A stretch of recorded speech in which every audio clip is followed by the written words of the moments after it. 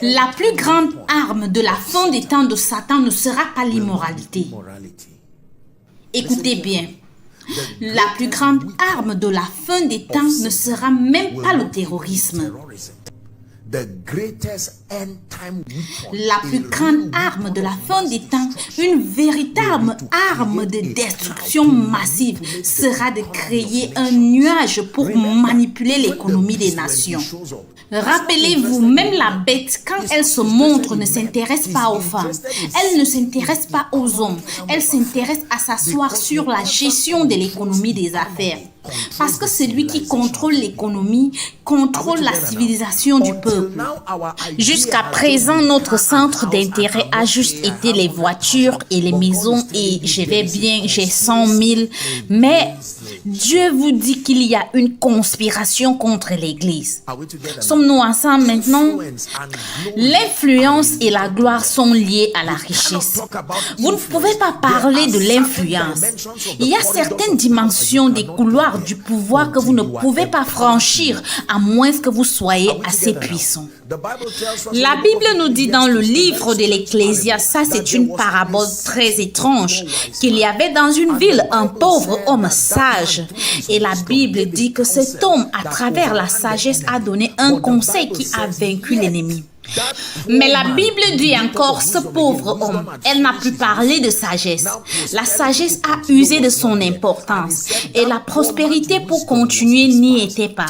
Et il est dit que la sagesse de ce pauvre homme était méprisée. Et l'enseignant regardait et il disait, j'ai vu sa sagesse est bonne, mais c'est la sagesse d'un pauvre homme.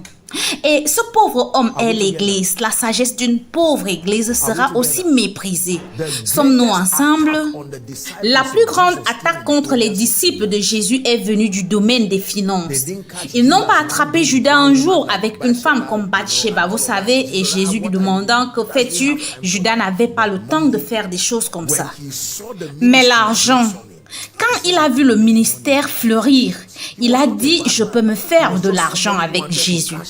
Il n'était pas un mauvais homme, c'était juste quelqu'un qui voulait se faire de l'argent rapidement. Et il espérait que lorsqu'il vendrait Jésus, Jésus allait user de son pouvoir et les détruire comme en leçon. Mais il a été surpris que Jésus se soit donné lui-même. C'est pourquoi il n'a plus utilisé l'argent. L'agenda du transfert de richesse est réel. La plus grande bataille, à mon avis, que l'Église va mener est la bataille sur la pauvreté. La bataille sur le manque, la bataille sur leur effet sur l'avancement du royaume. Maintenant, écoutez-moi.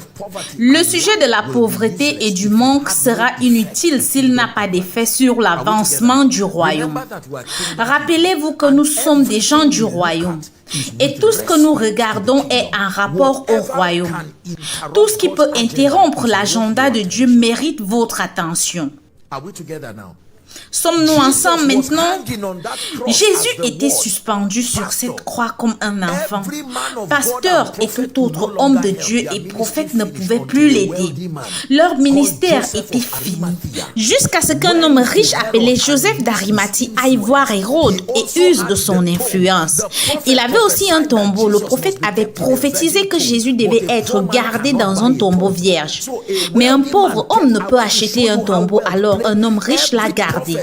Je veux vous montrer comment la richesse a joué.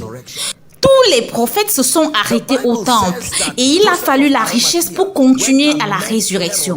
La Bible dit que Joseph d'Arimathie est allé rencontrer Hérode et a demandé le corps. L'influence par la richesse et non par la prière, la richesse. Et la Bible dit qu'il a donné le corps de Jésus et l'opportunité a été donnée afin qu'il y ait résurrection. C'était une tombe vierge. Maintenant, lorsque vous étudiez l'histoire de l'Église, vous arriverez à un point où l'Église était dans une étrange saison de persécution. Sous le règne des empereurs tels que Néron, ou lorsque les chrétiens étaient nés de nouveau, leur durée de vie sur terre ne pouvait pas atteindre 7 jours après cela. Donc des années et des années de persécution comme ça ont érodé les chrétiens à ce qu'on